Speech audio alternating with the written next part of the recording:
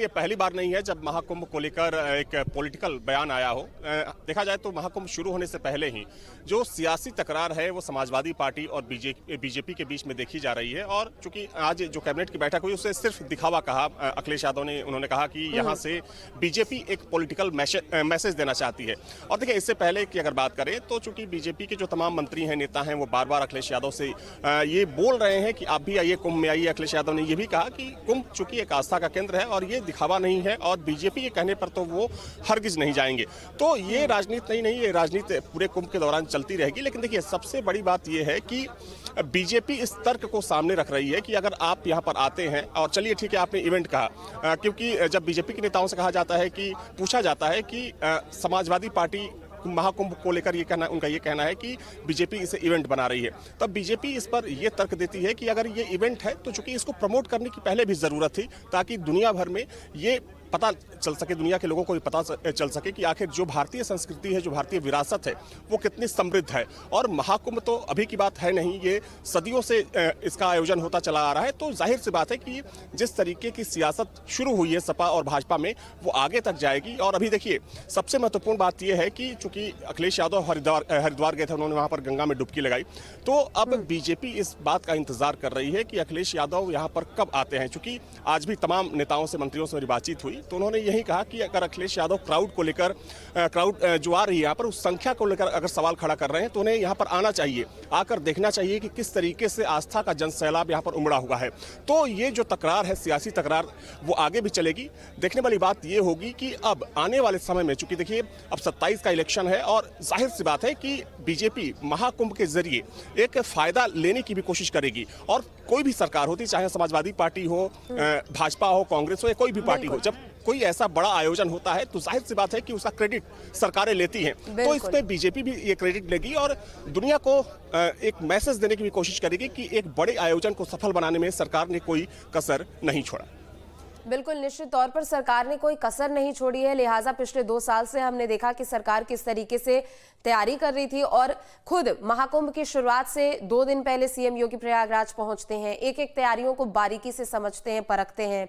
फिर उसके बाद बीते दिनों भी सीएम योगी प्रयागराज पहुंचे, जनसभा को संबोधित उन्होंने किया, और आज एक बार फिर से उनकी मौजूदगी है।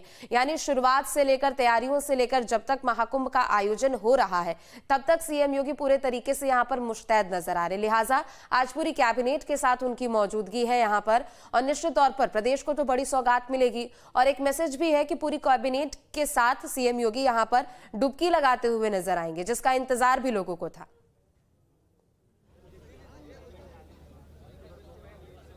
बिल्कुल, देखिए, महाकुंभ की मॉनिटरिंग खुद मुख्यमंत्री कर रहे हैं, और आज ही नहीं, 2 दिन पहले भी मुख्यमंत्री यहाँ पर पहुंचे थे, तब उन्होंने यहाँ समीक्षा बैठक की थी। हालांकि जो वो बैठक हुई थी वो मौनी अमावस्या स्नान को लेकर बैठक हुई थी, कि जो एक अनुमानित आंकड़ा है कि 8 से 10 करोड़ श्रद्धालु मौनी अमावस्या के दिन यहाँ पर पहुँच सकते हैं, तो उस भीड़ को कैसे मैनेज किया जाए, सुरक्षा के लिहाज से जो ट्रांसपोर्टेशन हो किस तरीके से बेहतर हो। लेकिन आज कैबिनेट की बैठक हो रही है, और जहाँ तक सवाल महाकुंभ को लेकर है, तो देखिए, चाहे महाकुंभ का आयोजन हो या फिर कोई दूसरा धार्मिक आयोजन, जब कांवड़ मेले की बात आती है, कांवड़ियों की बात आती है, तो उस वक्त भी सीएम योगी कह सकते हैं कि बहुत ज्यादा सेंसिटिव दिखते हैं। और महाकुंभ तो चूंकि सनातन का सबसे बड़ा पर्व है, सबसे बड़ा आयोजन है, दुनिया में ऐसी कोई भी जगह नहीं है जहां पर एक साथ इतने लोग आते हों और एक धार्मिक आयोजन में शामिल होते हैं। तो जाहिर से देखिए, सरकार की ये जिम्मेदारी भी है कि अगर कोई इतना बड़ा आयोजन होता है तो उसकी जो उसकी व्यवस्थाएं हैं दुरुस्त हो, लोगों को कहीं से कोई दिक्कत ना हो।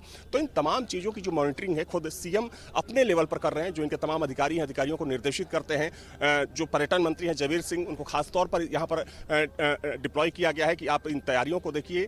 और साथ ही में जो बड़े नेता हैं, चूँकि लगातार हम लोग देख रहे हैं कि अगर हम महाकुंभ क्षेत्र की बात करें तो सरकार की ये कोशिश है कि जो यहाँ पर व्यवस्थाएं हैं उसको पहले से ज़्यादा बेहतर बनाया जाए। चाहे ट्रांसपोर्टेशन की व्यवस्था हो, साफ सफाई की बात हो, गंगा या यमुना की सफाई की बात हो, तो इन सारी चीज़ों का ख्याल रखा जा रहा है। और देखिए, कुंभ में सबसे महत्वपूर्ण बात यह है कि कुंभ में जो श्रद्धालु पहुंच रहे हैं वो भी जमकर तारीफ कर रहे हैं यहाँ की व्यवस्थाओं को लेकर। क्योंकि अगर मैं अपनी बात करूं, अब तक हज़ारों लोगों से मेरी बातचीत हो चुकी होगी पिछले 10 दिनों में, मुझे एक या दो लोग मिले जो व्यवस्थाओं पर सवाल खड़ा कर रहे थे। वो भी उनकी शिकायत ये थी कि उन्हें थोड़ा पैदल ज़्यादा चलना पड़ रहा है। लेकिन बाकी श्रद्धालुओं की बात करें तो जो बाकी के श्रद्धालु हैं, चूंकि यहाँ कोई श्रद्धालु नहीं है, नहीं तो फिर एक बार फिर से मैं रिएक्शन लेता, लेकिन जो बाकी के श्रद्धालु हैं वो तारीफ किए बिना नहीं रह रहे हैं। जब वो यहाँ पर पहुँचते हैं तो यहाँ की व्यवस्थाओं से संतुष्ट नजर आते हैं और साथ ही में सरकार की भी तारीफ करते हैं कि सरकार ने अच्छी व्यवस्था की।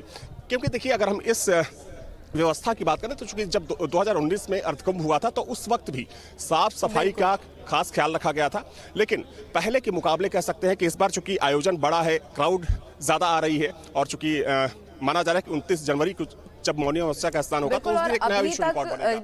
ये जो पिछले 9 दिनों का समय बीता है महाकुंभ का, आज 10वां दिन है हालांकि, लेकिन अभी तक भी यहाँ पर रिकॉर्ड श्रद्धालु यहाँ पर आए हैं। लगभग आप समझिए कि 10 करोड़ के आसपास की संख्या पहुंच चुकी है जिन्होंने प्रयागराज पहुंचकर, कुंभ क्षेत्र में पहुंचकर स्नान पूजन किया है और भ्रमण वहां पर किया है। लेकिन सुरक्षा को लेकर हम बात करें, स्वच्छता को लेकर बात करें तो उसकी भी जमीनी हकीकत हमने एक एक यहाँ पर अपने दर्शकों को भी दिखाई है। लिहाजा डीजीपी खुद मौके पर यहाँ पर पहुंचते हुए नजर आ रहे हैं। जब भी वो प्रयागराज पहुंच रहे हैं, यहाँ सुरक्षा को लेकर वो सभी को आश्वस्त करते हुए नजर आ रहे हैं। समय समय पर वो भी अधिकारियों को जानकारी, अपडेट उनसे लेते हुए नजर आ रहे हैं।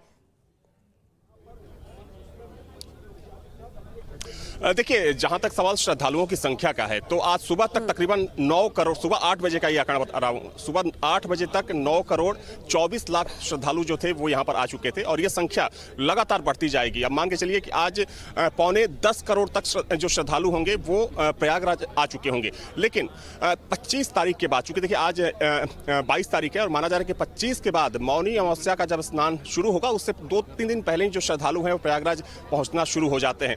तो 25 के बाद जो भीड़ है, श्रद्धालुओं की जो संख्या है वो अचानक से बढ़ने वाली है और सरकार को भी पता है कि वैसे में अगर पहले से तैयार नहीं रहा गया तो फिर जो चीजें हैं वो बेहतर नहीं हो पाएंगी। और यही वजह है कि मुख्यमंत्री लगातार मॉनिटरिंग कर रहे हैं। 2 दिन पहले आकर उन्होंने व्यवस्थाओं का जायजा लिया, खासतौर पर श्रद्धालुओं को कहीं से कोई दिक्कत ना हो उसका पूरा ख्याल रखा जाना चाहिए। ये बातें मुख्यमंत्री की तरफ से कही गई कि जो शटल बसें हैं उनकी संख्या बढ़ाई जाए और जो अलग अलग जिलों से जो बसें यहाँ पर पहुंच रही है, जरूरत के हिसाब से अगर संख्या बढ़ती है तो परिवहन मंत्री दयाशंकर सिंह को ये निर्देशित किया गया है कि बसों की संख्या भी बढ़ाई जाए। साथ में रेल मंत्रालय से बात की गई है कि जो मेला स्पेशल ट्रेनें हैं उनकी संख्या बढ़ाई जाए। खासतौर पर जो देश के बड़े शहरों से जो ट्रेनें आती हैं उन ट्रेनों की संख्या बढ़ाई जाए, ताकि अभी जो प्रयागराज लोग पहुंच रहे हैं, चूंकि एक टिकट की समस्या देखी जा रही है कि जो बड़े शहरों से जो ट्रेनें प्रयागराज की तरफ आती हैं तो उसमें टिकट बहुत मुश्किल से मिल रहा है। तो एक बहुत ही कह सकते हैं कि खास बात देखने को ये मिल रही है कि चूंकि और भी सरकारी कामकाज होते हैं, लेकिन महाकुंभ को लेकर मुख्यमंत्री काफी सतर्क दिख रहे हैं और मुख्यमंत्री को पता है कि अगर ये आयोजन बेहतर तरीके से सफल होता है तो इसका जो पूरा श्रेय है, जो पूरा क्रेडिट है, वो सरकार को जाएगा। बिल्कुल, निश्चित तौर पर। और सरकार की ओर से कोई बढ़िया कार्य किया जाता है तो उसकी भी वाहवाही सरकार को ही मिलती है। लिहाजा कुंभ को लेकर हम बात करें तो जब योगी सरकार बनी 2017 में, बीजेपी की जब वापसी प्रदेश में हुई तो 2019 में एक बड़े आयोजन के तौर पे अर्धकुंभ योगी सरकार के सामने था, अविनाश। लेकिन दूसरी तरफ अगर हम बात इस बार के महाकुंभ की करें तो योगी सरकार पिछले बार से भी काफी ज्यादा मुस्तैद है। जी बिल्कुल, देखिए, और इसका असर यहाँ ज़मीन पर भी दिख रहा है। मेरे साथ हर्षवर्धन वाजपेयी जी हैं, प्रयागराज से ही हैं। अभी तो कैबिनेट चल रही है यहाँ पे और देखा जाए तो एक बड़ा आयोजन है, चूंकि आप तो बचपन से देखते चले आ रहे होंगे। क्या फ़र्क नज़र आता है पहले के आयोजन में और अब के आयोजन में? एकदम आपने सही कहा। जब पॉलिटिक्स में नहीं भी थे, मेरा घर भी कुंभ क्षेत्र में है, तो मैं यहाँ का विधायक भी हूँ। कुंभ का मेन जो प्रशासन है और जो मेन उसकी तैयारी होती है वो मेरे ही विधानसभा में होती है। तो मैं आपको बताना चाहता हूँ कि ये कहना कि 2 गुना हो गया, 3 गुना हो गया, गलत होगा। यहाँ 30 गुना, 40 गुना, 100 गुना टाइप जो पहले होता था कुंभ, उस तरीके से व्यवस्थाएं बढ़ी हैं। मैं कहूँगा कि मोदी जी ने और योगी जी ने जिस लेवल पे कुंभ को कर दिया है, ये ओलंपिक्स की जैसे तैयारी होती है उस तरीके से हुई है। और आपको, मैं आपके व्यूअर्स को बता दूं कि जो तैयारी आपको टेंट सिटी में दिख रही है, शायद आपको जान के लगता होगा कि 20,000 करोड़ खर्चा हुआ, 15,000 करोड़ खर्चा हुआ। ये केवल टेंट सिटी का नहीं है। याद रखिए, ये पूरे डिस्ट्रिक्ट और डिस्ट्रिक्ट की कनेक्टिविटी विद अदर डिस्ट्रिक्ट्स, पूरे आयोजन को लेके सब खर्चा होता है। एयरपोर्ट्स बनते हैं, रेल स्टेशंस नए बनते हैं, तो वो सब एकदम इलाहाबाद बदल गया है। एक चीज आपसे मैं समझना चाहूंगा कि अभी कैबिनेट की बैठक शुरू होने से पहले अखिलेश यादव का एक बयान आया है कि ये एक दिखावा है और बीजेपी वहां से एक पॉलिटिकल मैसेज कन्वे करने की कोशिश कर रही है। पहले उनका एक बयान आया था कि जो आंकड़े सरकार दिखा रही है वो आंकड़े झूठे हैं। देखिए, ये अगेन मैं कहूँगा कि ये आंकड़े जो इसको बचपन से देख रहा होगा, जो प्रयागराज के लोग हैं, आप समझ लीजिए जितने लोग पहले मौनी अमावस्या पे आते थे उतने लोग अब वीकेंड्स पे आ रहे हैं और विश्व भर से आ रहे हैं। तो हम लोग तो देख रहे हैं इसको।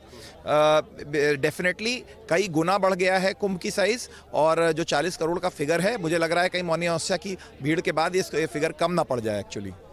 और जो तैयारी की बात है, दिखावा है। अगर दिखावा होता तो जितने नए एयरपोर्ट्स बन रहे हैं, स्टेशंस बन रहे हैं, रोड्स बन रही हैं, ब्रिजेस बन रहे हैं, आप समझ लीजिए पिछले 6 साल में 10 किलोमीटर में 11 फ्लाईओवर बने हैं संपर्क, मेरे विधानसभा में संपर्क, कुंभ के संपर्क मार्ग में।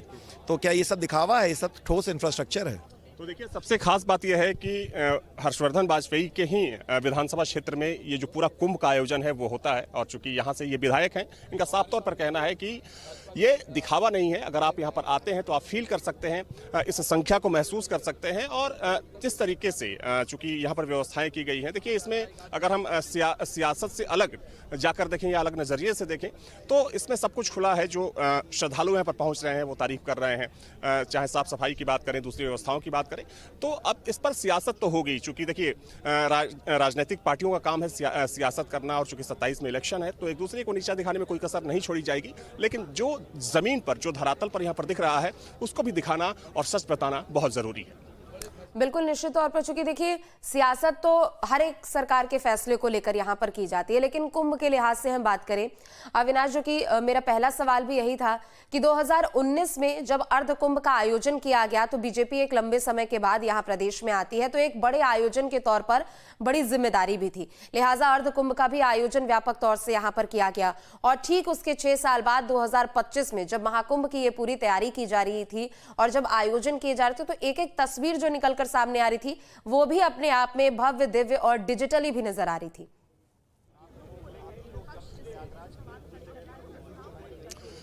बिल्कुल सही कहा। देखिए, इस बार जो महाकुंभ का थीम है वो भव्य, दिव्य और डिजिटल कुंभ है। डिजिटल कुंभ इसलिए है क्योंकि इसके प्रचार प्रसार के लिए और साथ ही में डिजिटली किस तरीके से इसको प्रमोट किया जा सके महाकुंभ को, उसकी एक झलक यहाँ पर देखने को मिलती है। चाहे हम जो डिजिटल सुखद अनुभूति केंद्र बना है भव्य और दिव्य कुंभ, उसकी बात कर लें या फिर दूसरी चीज़ों की बात कर लें, तो ये तमाम चीज़ें यहाँ पर देखने को मिल रही हैं। एक बार फिर से आपको देखिए तस्वीर दिखा दूँ जहाँ पर इस वक्त कैबिनेट की बैठक चल रही है, जहाँ पर तमाम मंत्री मुख्यमंत्री के साथ मौजूद हैं। तो ये अपने आप में कह सकते हैं कि एक संयोग भी है, और चूंकि इसमें कोई दो राय नहीं कि इसका जो पूरा क्रेडिट है वो सरकार को जाएगा। ये आयोजन अगर ऐसे ही चलता रहा, ऐसे ही सफल रहा, तो इसका जो पूरा क्रेडिट होगा वो सरकार को जाएगा। और सरकार जाहिर सी बात है कि इसको भुनाने में भी कहीं से पीछे नहीं रहेगी। तो ये यहाँ की तस्वीर देखिए, तमाम जो नेता हैं भारतीय जनता पार्टी से जुड़े हुए वो यहाँ पर चुके हैं। मेरे साथ चौधरी ईश्वरन चौधरी साहब हैं। ये बताइए कि आपके क्षेत्र में महाकुंभ हो रहा है, बैठक भी शुरू हो चुकी है, अखिलेश यादव का भी एक बयान सामने आया है। उन्होंने कहा कि सरकार दिखावा कर रही है और वहाँ से एक पॉलिटिकल मैसेज देना चाहती है। देखिए, अखिलेश यादव पूरी तरीके से हार चुके हैं। इस उत्तर प्रदेश की जनता से उनको नकार चुकी है। वो खिसियाई बिल्ली खंभा नोचने वाला काम कर रहे हैं। तीर्थराज ऐतिहासिक महाकुंभ 144 साल बाद यहाँ मुहूर्त निकल के बना, 12 साल बाद महाकुंभ होता है। डुबकी लगाना चाहिए। यहाँ तो चले गए हरिद्वार, उस पर भी मैं नहीं ज़्यादा बोलूँगा। ये अब सोच रहे हैं कि महाराज इतना बढ़िया काम कर रहे हैं, पूरे सनातनी धर्म का, इनको फिर न 27 में पूर्ण बहुमत सरकार बनाएंगे, फिर 29 में बनाएंगे। इसलिए जनता इनसे जुड़ चुकी है। अब उनके बस के कुछ काम नहीं, चूँकि जनता उनको नकार चुकी है और वो आए बाएँ साएँ हमेशा बोलते रहे हैं और जनता पूरी तरीके से नकार चुकी है। उनके बस के संभालना नहीं है। यह सनातन धर्म का है। देवपुर नरेंद्र मोदी, ऐतिहासिक भारत के प्रधानमंत्री, हिंदू हृदय सम्राट आदरणीय योगी आदित्यनाथ जी, केशव जी, यहाँ पे सभी लोग उपस्थित हैं। निश्चित तौर पर हम लोग तीर्थराज प्रयाग के, हम लोगों को जो अवसर मिला सेवा भाव करने का, निश्चित तौर पर 80 देशों से आकर 51 जिले तमाम लोग यहाँ पे भोजन पानी किसी प्रकार का कोई दिक्कत नहीं। बहुत ऐतिहासिक महाकुंभ हो रहा। आज यह जो कैबिनेट होने जा रहा, इसमें भी बहुत बड़ा कुछ अच्छा फैसला होगा। तीर्थराज प्रयाग के भी सौगात मिलेगा और उत्तर प्रदेश के लिए भी सौगात मिलेगा। एक तरफ चूंकि आप यहीं के रहने वाले हैं, व्यवस्थाओं को लेकर समाजवादी पार्टी सवाल खड़ा कर रही है। हालांकि देखिए, श्रद्धालु तो तारीफ कर रहे हैं, इसमें कोई शक नहीं है, लेकिन समाजवादी पार्टी लगातार बोल रही है कि व्यवस्थाएं गड़बड़ है। देखिए, मैं तो सीधा उदाहरण देना चाहता हूँ। कभी अपने यहाँ कोई फंक्शन करते होंगे शादी ब्याह करते होंगे, तरही बरही करते हैं, तमाम चीज़ें हैं, कैसी व्यवस्था करते हैं विषय पे उसका नहीं है। ये इतना बड़ा मेला है, कहीं अव्यवस्था नहीं है, थोड़ा बहुत कहीं से उनको लगता हो तो ये प्रश्न चिन्ह नहीं है। ये हम लोगों का नैतिक जिम्मेदारी है, उसको हम लोगों को सुधार करके चाहें, मगर ऐसी कोई व्यवस्था नहीं है। व्यवस्था पूरी तरह सुदृढ़ है, पूरी तरीके से प्रसन्न है। जितने साधु महात्मा हैं पूरी तरीके से ये सनातन धर्म को डुबकी लगा के, आप देख रहे हैं पूरे 30 पुल हैं, पूरा भला हो पीपा का पुल, रोज आ रहे हैं, रोज आ रहे हैं, कहीं कोई किसी प्रकार की घटना नहीं, कहीं दुर्घटना नहीं। निश्चित तौर पर पूरा गुणगान ये भारतीय जनता पार्टी के कर रहे हैं। बहुत बहुत धन्यवाद आपका। तो देखिए, आपने सुना स्वयं चौधरी को कि उन्होंने क्या कुछ कहा। और देखिए, यही चूंकि बात हम लोग लगातार कर रहे हैं कि इस बार जो भीड़ बढ़ी है उसके पीछे देखिए कई वजह है। क्योंकि पहले हम लोग अक्सर देखा करते थे कि ऐसे धार्मिक स्थलों पर जब भी धार्मिक आयोजन होते थे तो जो यूथ होता था, यूथ कम आता था। लेकिन पिछले 4-5 सालों में ऐसी जगहों पर जो यूथ की संख्या है वो बहुत ज़्यादा बढ़ी है। अगर मैं यहाँ महाकुंभ प्रयागराज की बात कर लूँ तो देखिए 50% से ज़्यादा लोग जो यहाँ पर पहुँच रहे हैं उसमें अकेले यूथ है, यानी कि युवा है। तो भीड़ बढ़ने के पीछे एक बड़ी वजह यह भी मानी जा रही है कि पिछले 4-5 सालों में जो एक सोच में कह सकते हैं कि जो एक परिवर्तन हुआ है, जिस तरीके से सनातन का तेजी के साथ प्रचार प्रसार हुआ है, वो अपने आप में काफ़ी महत्वपूर्ण है। हालांकि कुछ और नेताओं से बातचीत करने की कोशिश करूँगा जो भारतीय जनता पार्टी से हैं, जो विधायक हैं। तो अब बैठक खत्म होने का इंतजार है, और जब बैठक खत्म होगी तो चूंकि देखिए यहीं पर ये कैंप बनाया गया है, मुख्यमंत्री यहाँ पर पहुँचेंगे और इसी डायस से प्रेस को संबोधित करेंगे कि आखिर कैबिनेट में आज कौन कौन से बड़े फैसले लिए गए। जी बिल्कुल अविनाश, लौटेंगे आपके पास, आप पल पल का अपडेट देते रहिएगा, लेकिन फिलहाल के लिए आपका बहुत बहुत शुक्रिया। तो देखिए, प्रयागराज में योगी कैबिनेट की मौजूदगी है।